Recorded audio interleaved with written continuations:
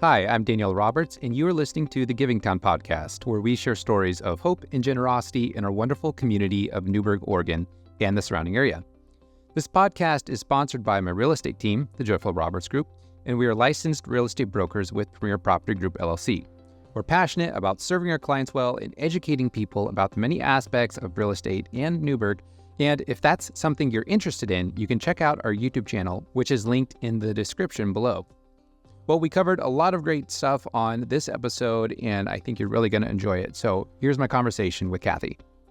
Hey everyone, I am here with Kathie Byers, who is a beloved member of our community. She is the Community Impact Coordinator at First Federal here in town. She's also a member of the Newberg Noon Rotary Club, and she's also just a lovely person to be around. Actually, also the co-owner of Glory Cookies, which if you haven't heard of or tried Glory Cookies, you need to. So just a little plug for that. But Kathie's one of those people who always just steps up and does what is needed to be done here in town and is the perfect candidate for the type of person I want to bring to you on this show. So Kathie, thanks so much for being with me today. Thank you, Daniel. That was quite an intro. So there's a couple of reasons why I'd reached out to Kathie to be on the podcast. One, I've just known her for a while and known that she's an amazing person. But there's a couple specific reasons that I thought she'd be a good fit. So two of those we're going to get into. One is just what you do with First Federal and how that bank does things a little bit differently when it comes to community involvement. And also there was a thing with the Christmas tree lighting that happened last year that probably wouldn't have happened without you. So we're going to get into both those things today. But the first thing that the theme of this episode is going to be about is what does it look like for businesses to be involved, and why should small businesses be involved? So this is something that First Federal, and when did you join First Federal? 2019. 2019. March of 2019. So for the past 3 years, you've kind of been inundated with that model. And yes. And I've also been a customer for over 30 years, I believe 33 years. And have always loved First Federal. Have never been tempted to leave because of their community mindedness. So First Federal has been around for 100 years. You just celebrated 100 years this year. Yes. And it was in 1999 when they kind of went all in on this community involvement model. Exactly. So what led to them going from just being a normal bank to taking a deeper dive into community involvement? Well, they were formed with the idea of being a community bank, a savings and loan community bank. And I can only infer from sort of the historical documents that I've read that in 1999, my words would be that they made a conscious effort to become very steeped in the community and known for their community giving. And so they actually created a very generous budget and have stuck with that budget since 1999. And there were a couple of years where I think maybe all of the programs were halted because of a serious financial recession, because they are still a bank and have to be conservative when it comes to other people's money. But they resumed it as soon as they were able to. And the budget has only increased. You know, they've never retracted the amount that they've given. So what about that model specifically drew you to go from being just a member of the bank to actually saying, this is something I want to be involved in at the point of being the community impact coordinator? So first of all, I come from a nonprofit background. I managed a nonprofit for 27 years in Sheridan that focused on positive youth development. So I understood the side of the fence where you're asking for money. And I have always admired First Federal and how easy it is to come to them and ask for assistance if you're an established nonprofit. I mean, they definitely have a vetting system. And the great thing about their giving programs is because they only focus on Yamhill County, we know all of the nonprofits. My predecessor, Pam Watts, was equally involved in the community and equally beloved. And we have a very close relationship with a lot of the nonprofits throughout Yamhill County. And so you just sort of, you know what the need is, and it's easy for nonprofits to approach us and ask for assistance. And if we can do it, we do. Yeah. So what are some of the examples that giving looks like from First Federal? So we have a grant program. We have a community rewards program, which is one of my favorites because I really believe strongly in working for what you need. And so community rewards is people volunteering for local nonprofits, and then First Federal will pay $2 per hour. And the condition is that you do have to be a First Federal customer. So, but if you're a customer and you submit your volunteer hours, we pay $2 per hour to that nonprofit. So Love Inc., for example. Yeah. If they have 4 or 5 First Federal customers and they volunteer 20 hours in a week, then the director would submit a time card to me, and we would pay $40. So the volunteer themselves has to be the customer. Gotcha. Okay. That is correct. Yes. The nonprofit does not have to be a customer. Okay. Yes. So this year, the program's actually coming to a close right now. And we have had 58 nonprofit organizations submit hours. Wow. So what does that look like just in terms of, I don't know if you can share kind of the numbers of what overall, how much has been contributed to nonprofits? Overall, from the beginning of just like for this year program for this year. So we give away, just in cash, we give away about $200,000 a year. In kind, we give away over $400,000 a year. I think over $400,000 between our volunteer time, and each employee can get paid 8 hours of volunteer service. Okay. And then we allow nonprofit organizations, to use our community rooms if we have them in the 6 locations that we have. And total, since 1999, we've given away $3.5 million to Yamhill County nonprofits. And so some people might say, wow, that's great for a bank who has a ton of money. But how would you say from the beginning, because I know it wasn't $3.5 million the first year, you said it's something that's grown over time. Mm-hmm. So I imagine it's something that they did not just because it's like, oh, well, let's see what we can get out of this, but there was that heart behind being a community bank, a community organization. And especially in a small town like this, I imagine people make different business choices based on community impact. Have you seen that? Oh, directly? Definitely. I mean, who doesn't hear that an organization, a business is community minded, and you're going to pick that business? Obviously, you still have to provide a good product, excellent customer service, but the community involvement gives you that leg up, that little competitive edge.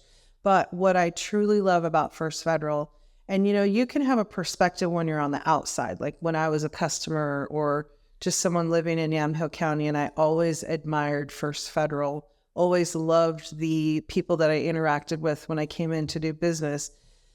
But now that I'm on the inside, I can honestly tell you that the heart of the company, from leadership down, is community service. And the good majority of our workforce give back within their own communities as well. They're coaching. They are involved in their kids' schools and their churches and serving on boards within their community. So it seems to be a really marvelous culture that they have created, and they encourage community involvement. Yeah.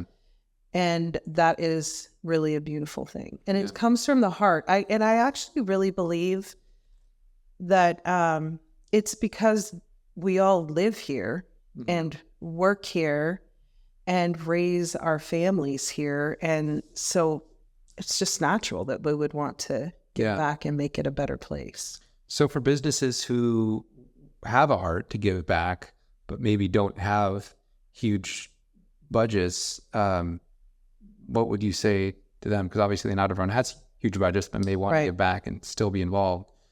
Yeah, especially the startup companies. I can attest that it's difficult to give as much as you are asked to give. But I think just giving in kind is a good way to start. If you have the ability to serve on a board, or even just to volunteer at an event, old-fashioned festival, or get involved with a local civil group, whether it's Rotary or Kiwanis, Chamber.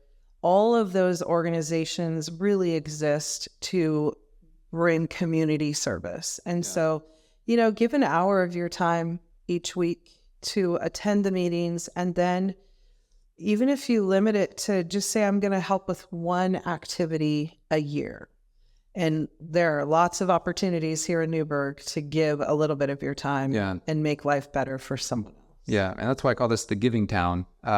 Most people think money, but it's really, there's many ways to give. Yes. And that's something I've experienced personally is, okay, sometimes money isn't always an option to give a significant amount of money, but there are things, everyone has special gifts and talents. I still think money is important when you can. There's a lot of science that backs up at least giving, if you give at least 10% of your income to a good cause, that people actually live longer. There's a lot of psychological and physiological benefits that seem to make no sense. And it's also very intuitively backwards, but it's just kind of interesting. So I do think monetary giving is important, but it's not the only thing that's important. There's all kinds of giving, like what you said. We also had talked before we started recording just about the importance of businesses, for-profit businesses being involved. It's not like we often think of, okay, there's those businesses that are for-profit, and then over here there's the nonprofits, and they're kind of separated, but really there needs to be a joint effort between the two, and each one can't really thrive and succeed without the other.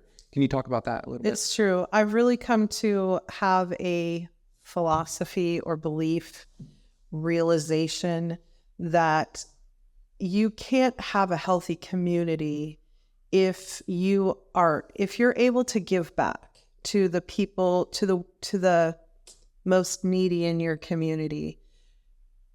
You're only creating a more healthy environment for your business. It's like your business depends on your community being healthy. And just like if you're trying to grow a garden, you've got to plant the seed, you've got to water it, you've got to keep the weeds away. Well, having a thriving business is much the same way. Communities aren't going to grow and thrive if the businesses that are thriving the most do not give back to their community. Does that make sense? Yeah.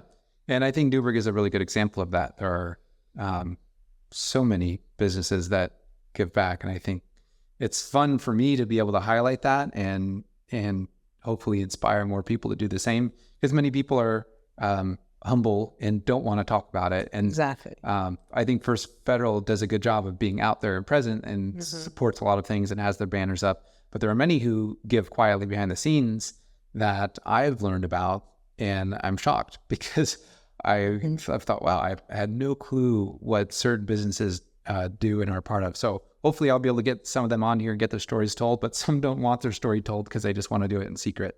But I think it's important for people to recognize the town we live in, the culture that actually is here, because it's so easy to focus on the negative things that happen. And because there's always going to be bad, there's always going to be good. And the unfortunate thing is the bad often gets talked about louder than the good. Yes. It's actually, even if it's a minority of the actual reality of what's happening in the culture, it's just the louder voice. So I'm trying to be a louder voice, and I appreciate you sharing about the heart behind what you do. It's not in some ways it is a business decision of, okay, well, if we kind of think long term, maybe people will be more likely to do business with us. But it's not just about that. It's not, okay, what's the minimum number we can give to maximize the amount of customers we get, but it's just, you kind of operate almost in like a sense of faith, like we're going to do this and trust that people are going to respond to it. And we may or may not get an actual return, but if we can thrive and do well and also help our community thrive, that's what seems to drive it. Yeah, I think it's important, you set a budget that you can operate within, and you have your focus that you want to focus your efforts on, whether that's education or veterans or homelessness. You pick where your heart is, what, the needs that you have a heart for, and then you set a budget and you stick with that. And hopefully your budget will grow each year because you'll notice that your revenues are growing. Yeah. What are some things that obviously you haven't been with First Federal from the very beginning, but what are some lessons that from the time you've been there, also from the stories you've heard about how to give effectively and actually make an impact with your giving? I think I kind of answered that with my previous comments, but it's really setting a budget, having a focused area of giving, because we're pretty fortunate that we do get a lot of requests throughout the year, and we can meet most of those requests. We can't give 100% that's asked for every time, but we can at least do a little something. So we're fortunate that we have a budget that can handle that. But so set a budget, establish the areas where you want to make a difference. And I do know that First Federal has changed those areas of focus. It's great that the board, the leadership, and the staff are all in the community, and we all kind of have a pulse on what the need is. So those areas of focus have changed occasionally over the year. We seem to have always focused on youth and youth education and youth sports and food banks, things like that. So, sorry, I got a little off track. No, so basically just some of the things that you've learned is kind of what you said of just having a budget. So was that something and having a focus. So for someone who's just getting started, so they've got a budget, they've got a focus, but still it can be a learning curve of, okay, how do I actually do this in a way, there's things that you realize, okay, well, I had a focus and I tried doing this and that didn't quite work. And, because I think everyone's trying to accomplish, in many ways, the same thing of making the community better, but also, okay, if I want to, so should I support a golf tournament that's doing this, or should I have my, sign hanging somewhere, or should I even worry about, having signage or any publicity for it? I don't know. Maybe those things are things that people can take. I don't think you worry about it, but the nonprofits are pretty good at, if it's from a business standpoint. So I personally think there's a difference between sponsoring an event where that's literally advertisement and you are expecting your company name to be mentioned or prominently displayed throughout the event, versus community giving, where you're just donating money. You're not expecting anything in return. But organizations and people are very good at saying thank you and being grateful. So, that's actually, I think, a good distinction to make, because I think that was something I didn't quite understand, and I kind of had reservations about basically doing what was like a sponsorship, which is very different from a donation, where there's kind of an old proverb or verse or whatever that says, don't let your left hand know what your right's doing. So basically give in secret. Yes. Don't make a big show of it, which is different than sponsorship, where you're saying, okay, this is essentially advertising, but it's not maybe the same return as you might get from an agency, but there's still some recognition desired, which is for that. You're getting recognition from that versus, okay, if you're just giving behind the scenes, then you're kind of knowing for yourself that, hey, this is just something I'm doing, not really expecting anything. One of the things that I've just kind of personally seen that I appreciate is when I hear the specific stories. Okay, I gave, now what was the impact made? Do I want to give to an organization who is, I give money and like, okay, I don't even know if that did anything or if that made a difference, versus when you give and know, wow, like because of my donation, I was able to help someone get off the streets, or I was able to, like with Rotor, we had an example where I think it was the Rise to Shine Foundation, where they're an individual where you give $600 and can put someone through an entire year of high school over in, was that in Kenya? I believe it was Kenya. Yeah, I think it was in Kenya. And you know exactly where your money is going and the impact that it had. And then being able to hear the stories in the video of them saying, thank you so much. We, now have education because of you. Yes. Versus if you give money and have no clue if it did anything or not, or if the check was even cashed, or, might have just gone to, restock the vending machine or something.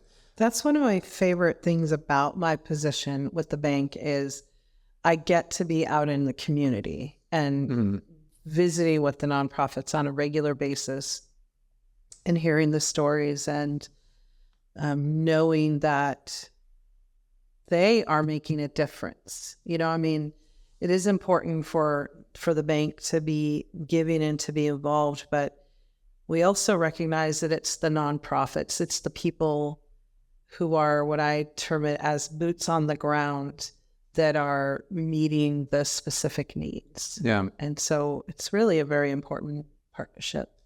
What is it? Community health. Yeah.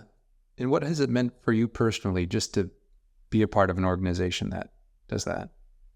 I love it. I think I was born with a servant's heart. And so to get paid to serve in the community and to be involved and to have conversations like this is, I love it. Yeah. I love it. It's very fulfilling. Yeah. There's another story which makes it very evident that you have a servant's heart. But one thing I wanted to touch on is last year, there was a Christmas tree lighting that wasn't going to happen originally. And you kind of asked the question, hey, what is it going to take to get this off the ground? And most people said, myself included, because I think this was maybe I don't know if it was November or if it was very October. And everyone was like, man, to pull something like this off, just it's too late. Like it's not even worth trying. And you said, no, we're going to make this happen. So can you share that story? Yeah. So some people could look at it as a fault, but I do, number one, I tend not to look at things as what are the reasons why we can't do it. I definitely come from it from a perspective of how do we make this happen? If I feel strongly that it needs to happen, then I figure it out, to be honest. Some people probably are no longer my friends because I'll drag along anybody that's willing and able to make something happen. And as I was calling around to the different communities, getting dates for their Christmas celebrations, because we like to be involved in those events, I found that Newberg did not have anything planned. And we all know it's one of the largest communities within Yamhill County. So it felt unacceptable that they would not be planning a Christmas tree lighting. So I reached out to people that I know are community leaders here in town and, kind of try to figure out what was happening, and really nobody had any answers. So, and I think they really just lacked somebody who could take on the leadership role to make it happen. And so I went to the Chamber of Commerce meeting and pitched the idea and got the response that you talked about, where people were like, this is really great. And it would be really amazing if we could pull it off in this shorter period of time, because I really think we were looking at a 2 or 3 week window to make this happen. I also tend not to complicate things. I'm not a detail person. I can be if I have to be, if I know that other people require it. But I'm okay with going with the big picture and then trusting that the details are going to fill in. Again, some people can see that as a fault, but I see that as sometimes things get done that wouldn't normally get done if you had to have the details filled in first. So I'm like, okay, I need a tree. I need someone to move the tree. I need someone to plant the tree, and I need a place to put the tree, and I need someone to light the tree. Those like 5 things, that's pretty small to-do list in my world. So, and I knew that I knew that I had a tree on my property. I also learned that that was a little more complicated than I thought, because just because you have a tree doesn't mean you have easy access to the tree for the truck and for the tree cutter. And anyway, it worked out. And I come from a community of loggers, so I do tend to go on faith and just sort of throw up a little prayer. In fact, I literally did the day of the chamber meeting. I was a little discouraged, but not enough to go, okay, I tried, but I'm not going to do it. So I just said, Lord, if you want this town to have a Christmas tree, then you'll have to make it happen. And so then my next step in that prayer was, okay, I have a friend, Marty Hoffenbrettel. She's married to a man who has a logging truck, and she's the sister of a logger. I mean, I bet I know people who can cut and haul a tree for me. And sure enough, Marty connected me with, I feel bad, Shane Williams, I think. I can't remember the tree cutter now, but first name was definitely Shane. And then Dusty Arthur came and cut the tree.